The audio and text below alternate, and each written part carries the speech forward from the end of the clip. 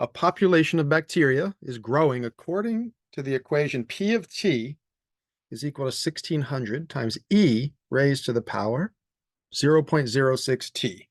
Okay, so we're using P for population, T for time. We want to estimate when the population will exceed or pass 3100.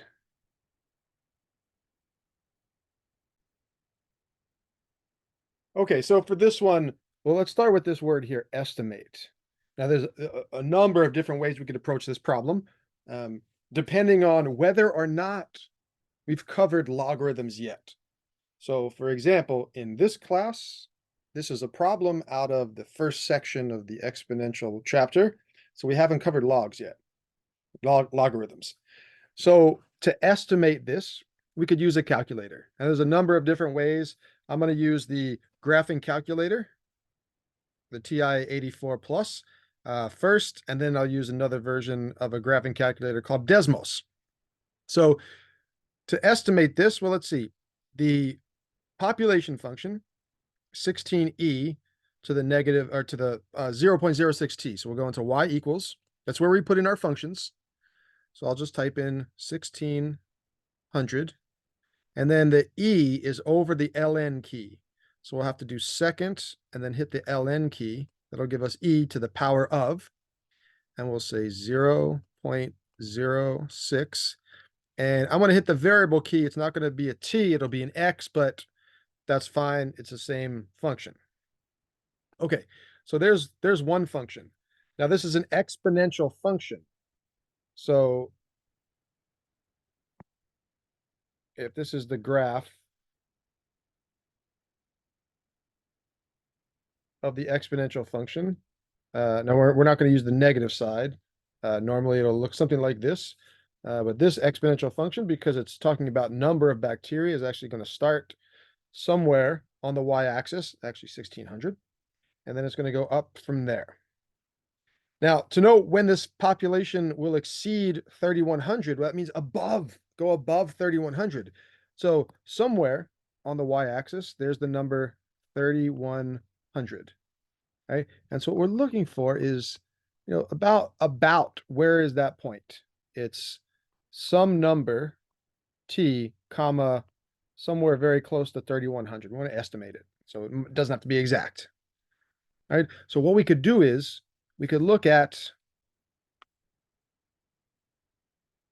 let's say if this is 3100, we could look at where this horizontal line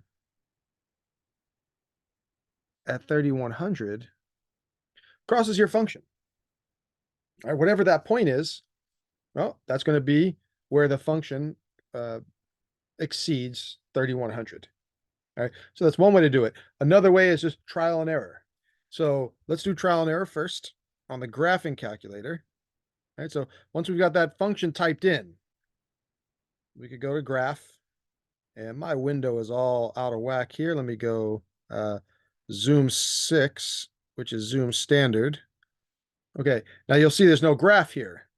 And the reason there's no graph here is because the graph is going, it starts at 1600 on the y-axis. So it's really, it's way up on the y-axis. So we would have to change the window to find the graph. We don't actually need to see the graph to do this estimate. So if we go to second calc, this first option, second calc 1, number 1 is value. Right? So that means we're plugging in an x value, or it's going to be a t, and the calculator is going to give us the y value. So let's say 8.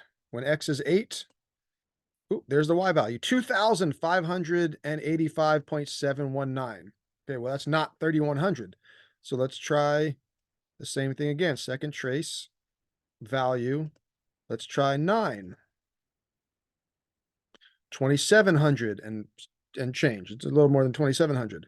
So let's keep going. Second trace, option 1. Let's try x equals 10. All right. Ooh, we're getting close. That's 2,900. Okay, second trace, number 1. Let's try 11. Ooh. What did I do? Oh, it's it's beyond the scope of the window. So we got to change our window setting because we're actually going to have to go bigger than 10 on the positive x-axis. So let's change that to, I don't know, we could change that to 20. Okay, so now it'll work. Second trace value. Let's try 11. Oh, that's really close. 3,095. Okay, so 12 is going to be too much. All right, so we could try 11.1. Second trace value, x equals 11.1. Well, 3,114. I don't think we're going to get any closer. 11 was too low. 11.1 is too high. So it looks like 11.1 is going to be our answer. All right, so that's one method. There's other methods. We could use a table on the graphing calculator. There's other methods. But this is one way. We'll do trial and error. It only took us about a minute. Okay, another graphing calculator that I actually like a little bit better is Desmos. Hopefully you've seen this before. So on Desmos, I could do y is equal to 1,600. And then we need e. Let's see, where is e?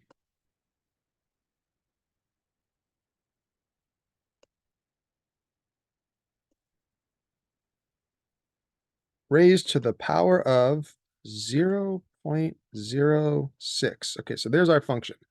It's a little bit easier to adjust the window on Desmos. You could use your mouse. You could zoom pretty quickly. And why is it? Oh, hang on. Need to change something here.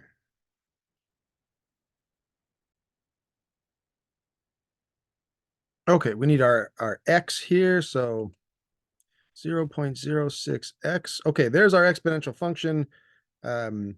Little hard to see what's going on here. We see all this empty space on the x-axis, and we could quickly change that maximum on the x-axis. Let's go to maybe 15 and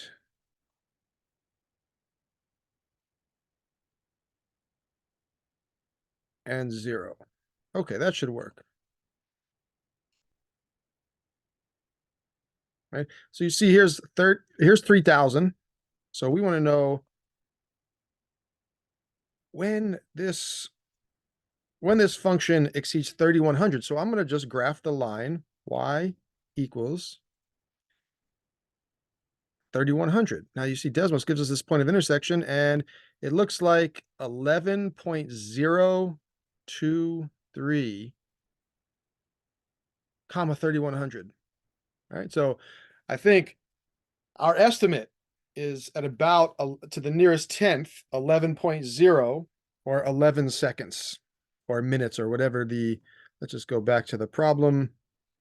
We're not actually told what t is measured in, whether it's minutes, hours, days, weeks.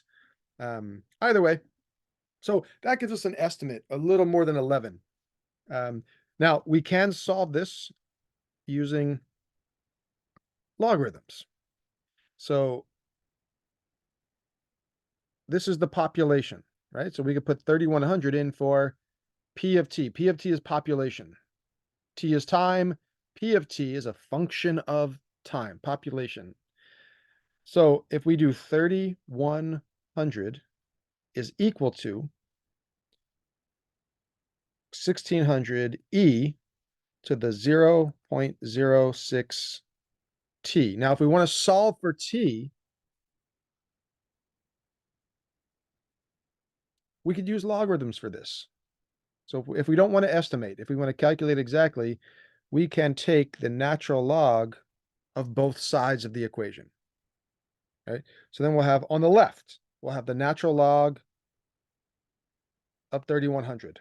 On the right, we'll have the natural log of 1,600 e to the 0.06 t. But the natural log function and the exponential function are inverses of each other. But this is a problem, right? We can't. So what we want to do is have this and this cancel each other off, right? It's a problem because they're not sort of affecting each other. It's the natural log of 1600 times e to the 0.06t, right? So this is not um, this is not where we wanted to go first. So let's erase this. All right. So I just wanted to emphasize, if you're going to use a natural log to cancel off an e, it's not always going to be your first step. All right. So let's erase that. So let's start by dividing both sides by 1600. Now what that will do is cancel off the 1600 on the right. And so on the right-hand side, we'll have e to the power 0.06t.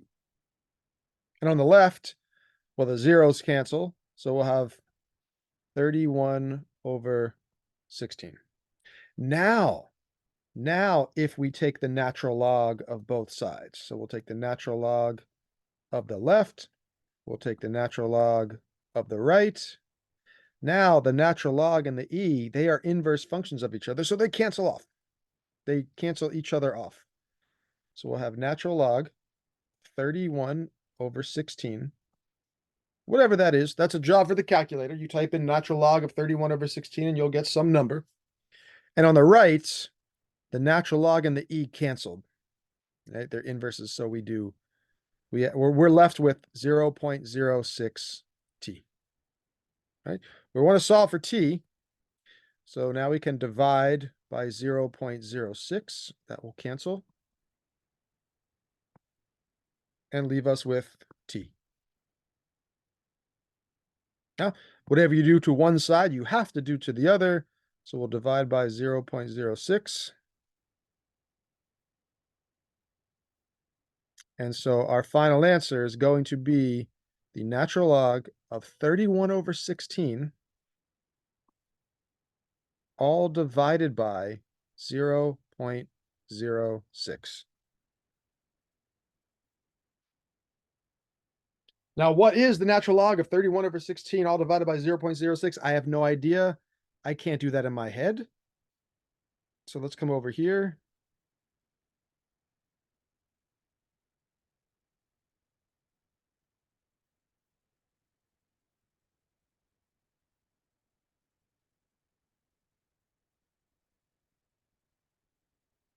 We got natural log of 31 over 16.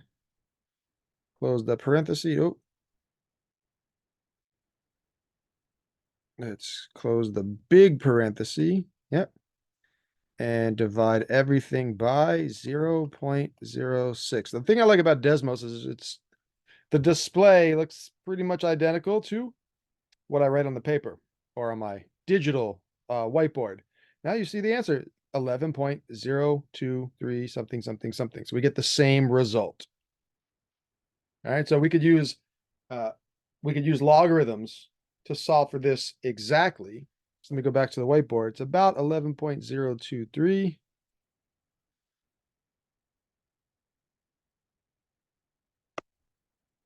So let's say it's about equal to 11.023. Okay. And there is our, well, this is the exact answer.